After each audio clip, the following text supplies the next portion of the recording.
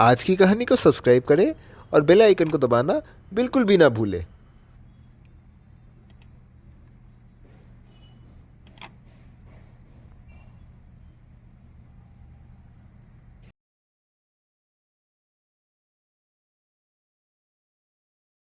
यहाँ पर एक व्यापारी था जिसके पास अपार धन संपत्ति थी।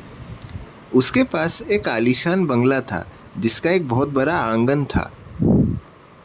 व्यापारी का एक पुत्र सिवेन भी था।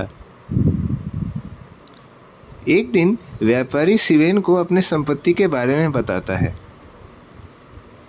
तभी एक कोने पर एक बक्सा था जिसके बारे में सिवेन अपने पिता से पूछता है।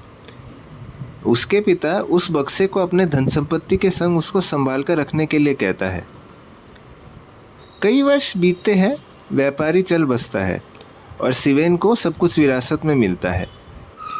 सिवेन उस बंगला, धन तथा सभी संपत्ति का मालिक बन जाता है, परंतु वह उस धन का दुरुपयोग करने लगता है। वह अपने स्थान पर आयोजन करने लगता है। सिवेन एक कथावाचक भी था।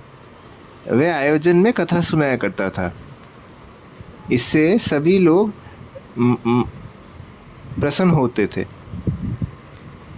कई महीने बाद उसे समझ आता है कि वह स्वयं का सारा धन समाप्त कर देता है।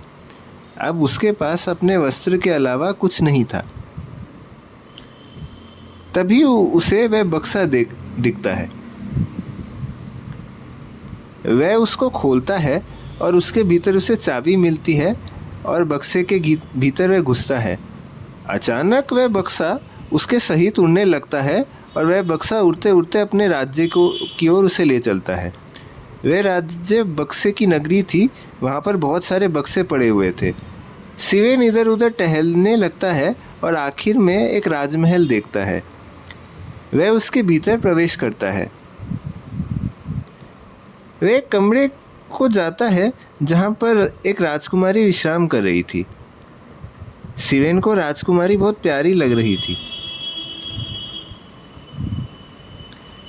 वह उसको निहारता है। तभी राजकुमारी जाग जाती है और सिवेन को देखकर चिल्लाती है। सिवेन माफ़ी मांगता है और राजकुमारी को अपना परिचय देता है।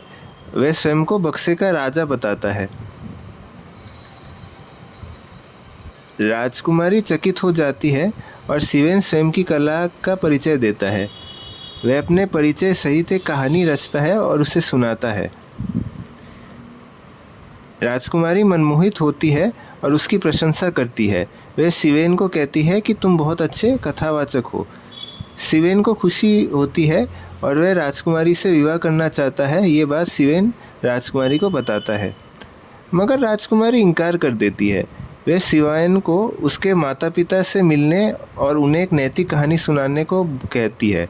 सिवेन तैयार हो जाता है और उनसे मिलने को जाता है और उन्हें एक नैतिक कहानी सुनाता है। वे बहुत प्रसन्न होते हैं और सिवेन राजकुमारी का हाथ मांगता है।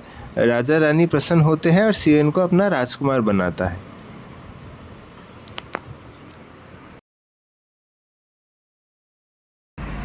तो ये थी आज की कहानी।